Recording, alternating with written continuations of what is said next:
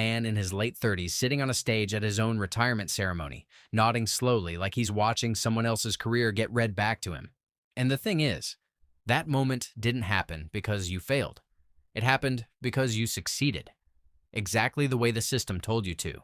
And that's the part we need to audit. But before we get to that stage, we need to go back to where none of this was supposed to happen. Because where you came from, footballers don't retire.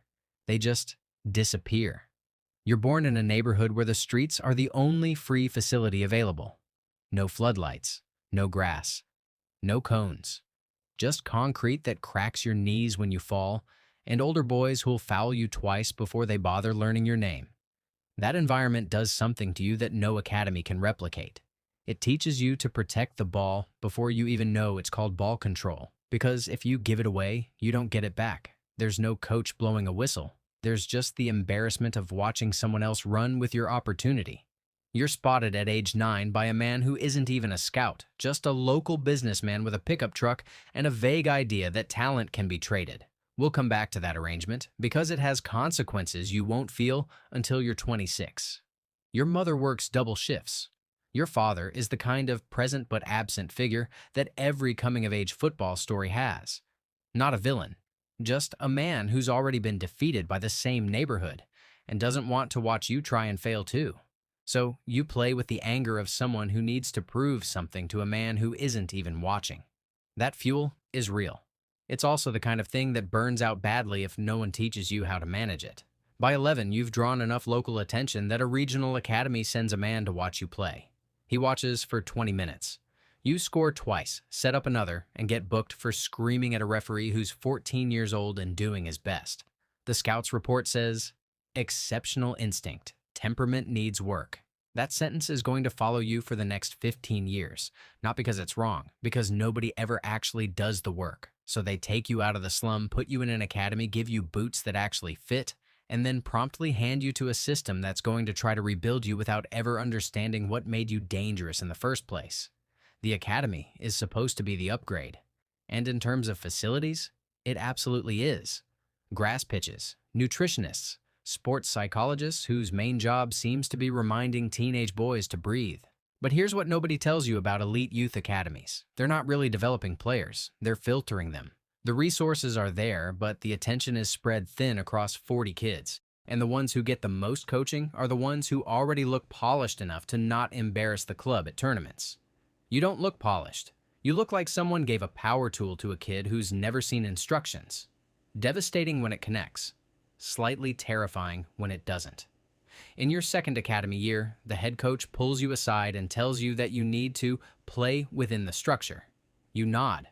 You have no idea what that means. You're 12. Nobody follows up. That gap right there is going to matter at the worst possible time. What the academy does do is give you the technical vocabulary to understand what you're already doing instinctively. You learn positioning language. You learn when to press and when to hold shape. You get access to video analysis, which for a kid from the concrete is basically a cheat code. Suddenly, you can see your own mistakes from above. You develop fast, faster than most. By 15, you're training 2 age groups above your own, which sounds great on paper. What it actually means is that you're now the youngest, smallest, least physically developed player on the pitch, getting kicked by 17-year-olds who are already fighting for their professional contracts. Academies love to accelerate talented kids through age groups. It makes the coaches look like they spotted something special. Nobody asks whether the kid's joints are keeping up with the schedule, or whether being the punching bag of the U18S at 15 is doing anything good for his confidence at all. And then the businessman resurfaces. The one with the pickup truck from when you were 9. He's back now as something closer to an agent, or at least a man presenting himself as one. He's maintained a loose relationship with your family, occasionally showing up with money when things got tight. That's not generosity. That's investment with interest. By the time you turn 16 and you're looking at your first professional contract, this man is already sitting at the table, and nobody in that academy has ever told you, or your family, that you could say no. That contract, those terms, that relationship, it doesn't blow up now. It doesn't even crack now. But it will.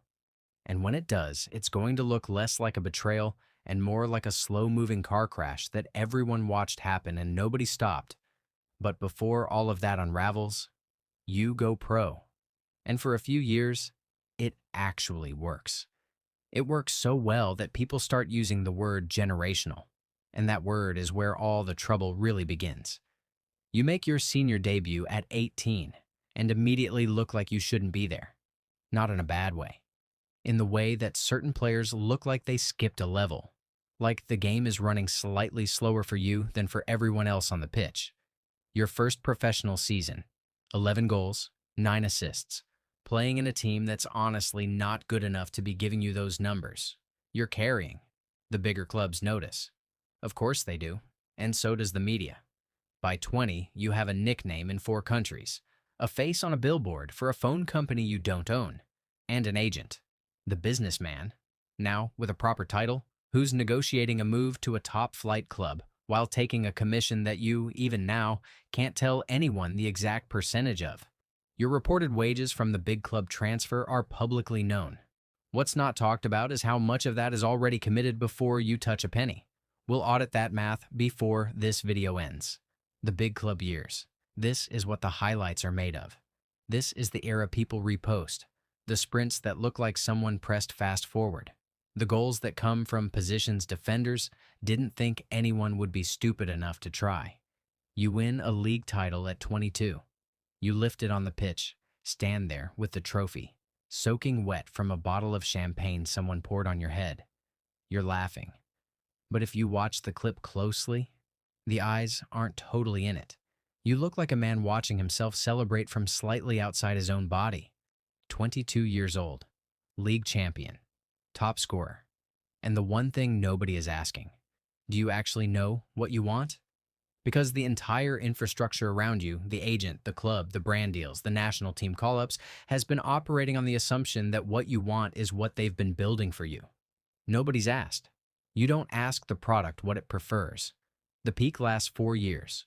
4 years of consistent elite performance, 2 more title races, a continental final you lose on penalties that you don't take, because the manager decides to go with more experienced shooters. You're 24 and apparently not experienced enough to take a penalty in a final. That decision, which seems minor, actually matters a lot, because you've never been trusted at the biggest moments of the biggest games. And that starts getting into your head in a way that's slow and quiet, and doesn't show up in the stats yet. Then at 26, your body sends you the first bill. Hamstring. Not a rupture. A pull. The kind of injury that should be 4 weeks. Rest, rehabilitation, return. But you come back 2 weeks early because the club's in a title race and your agent needs you visible for a contract renegotiation conversation that's happening in 6 months. You play, you're fine for 3 games. Then you pull it again, this time worse. Rushing a hamstring recovery so your agent has a better negotiating position is the football equivalent of skipping your car's oil change to save money and then paying for a full engine replacement. The math doesn't work. It's never worked. Someone chose to do it anyway. You miss 3 months. Come back slower. Not broken, just slightly less than what you were. The gap between what you were and what you are now is maybe 10%. But at the elite level, 10% is the difference between unstoppable and manageable. The coaches see it. You feel it, but nobody says it out loud, because saying it out loud means making a decision. And decisions are expensive, so instead, they manage the decline quietly. And that is so much worse, because you can't fight something nobody will name. By 28, you're still at the club, still starting most weeks, still contributing, 11 goals the season after the injuries, which is a fine number. It's just not your number, and everyone in the building knows the difference. The club doesn't announce this. They're not going to publicly say their former star is in managed decline. Instead, they do what clubs always do. They sign a young winger in January. They use your name in contract talks with the new guy's agent as a cautionary tale about value, and they give you a warm send-off video when you eventually go on loan. On loan. You, 28 years old. On loan to a mid-table club 3 tiers below where you were winning titles 4 years ago. This is when the agent situation finally surfaces. The loan terms, the reduced wages, the clause in your original contract that you never read carefully enough, probably because nobody encouraged you to, that gave the buying club significant leverage over your image rights in exactly this kind of situation. That's where the money went. Not all of it, but enough to matter. Signing a contract you don't fully understand at 18 because the adults in the room seemed like they knew what they were doing is not stupidity. It's trust. The failure belongs to every adult in that room who watched it happen and said nothing. But the consequences are entirely yours to carry. The loan spell is actually good. You rediscover something on that smaller stage, the game slows back down, the pressure drops, and you play with a freedom you haven't felt since you were 12 years old on concrete. You score 14 in half a season. Your first touch is back. The pace isn't fully there, but the intelligence has become something else entirely. You're reading the game 2 moves ahead now, compensating with your brain for what your legs have lost. The mid-table club wants to sign you permanently. The fee is manageable. The wages are reduced. And your agent, who's been quietly transitioning his portfolio toward younger clients, advises against it. He tells you there's interest from a league in the Gulf. The wages there are significant. The football there is not. You take 2 weeks to decide. And if you've been watching this story, you already know what you choose. Because the system has been making your decisions since you were 9 years old, and changing that pattern at 30 requires a kind of self-awareness that nobody's ever helped you build. You spend 2 seasons in the Gulf. You're one of the highest paid players in the league. You barely remember those 2 seasons. In interviews later, you refer to them as the gap. Like you took yourself out of your own story for a while. You come back to Europe at 32 for one last act. A lower league club near where you grew up, and suddenly the crowd is chanting your name again. The local kid, the one who made it. And for a season and a half, you're genuinely happy playing football for the first time since you were 11 on concrete. Your body has other ideas. The knee this time. You get through the surgery fine. The rehab is long. You're 34 by the time you're fit, and the manager who signed you has moved on. The new manager doesn't really know who you are. Not his era. You train with the squad for 4 months, get 5 substitute appearances, and then a quiet conversation in the manager's office, and the mutual consent termination that ends professional careers without making the front page. And now, we're back at that retirement ceremony. The nodding, the highlights on the projector, the polite applause.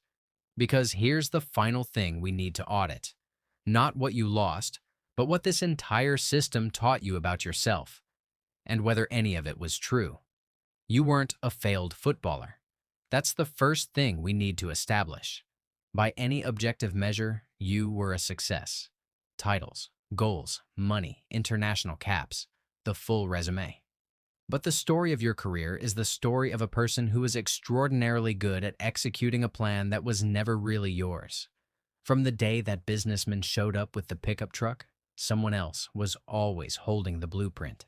The academy, the agent, the clubs, the brand partnerships, even the national team, who needed you for qualifiers and then quietly dropped you when the results stopped coming. Every major decision in your career was made either by someone else or by you in a state of incomplete information. The early contracts you didn't read, the injury comeback timed to someone else's negotiating schedule, the Gulf move that served your agent's exit strategy more than it served your footballing career. None of these things are crimes, but they add up to something. What they add up to is a person at 34 sitting in a room full of people celebrating a version of you that stopped being accurate around age 26, with no clear sense of what you actually want to do next, because you've never had to want anything. The next thing was always already arranged. The slum produces players. The academy filters them. The clubs use them. The agents monetize them.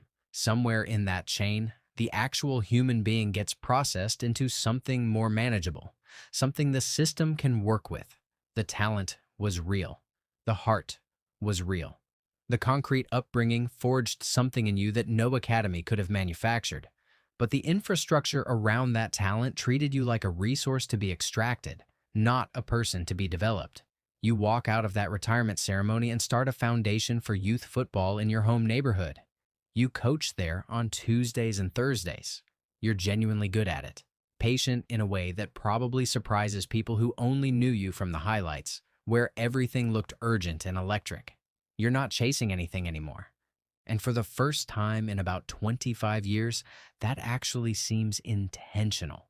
Whether that's peace or resignation Honestly, you can't tell. Maybe you never will, but it's yours. And after everything, that's not nothing.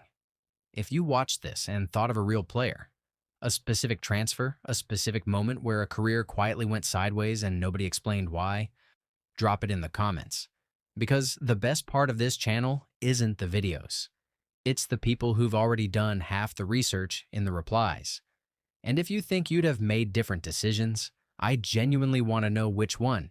Because most people say the agent, but it's never really the agent.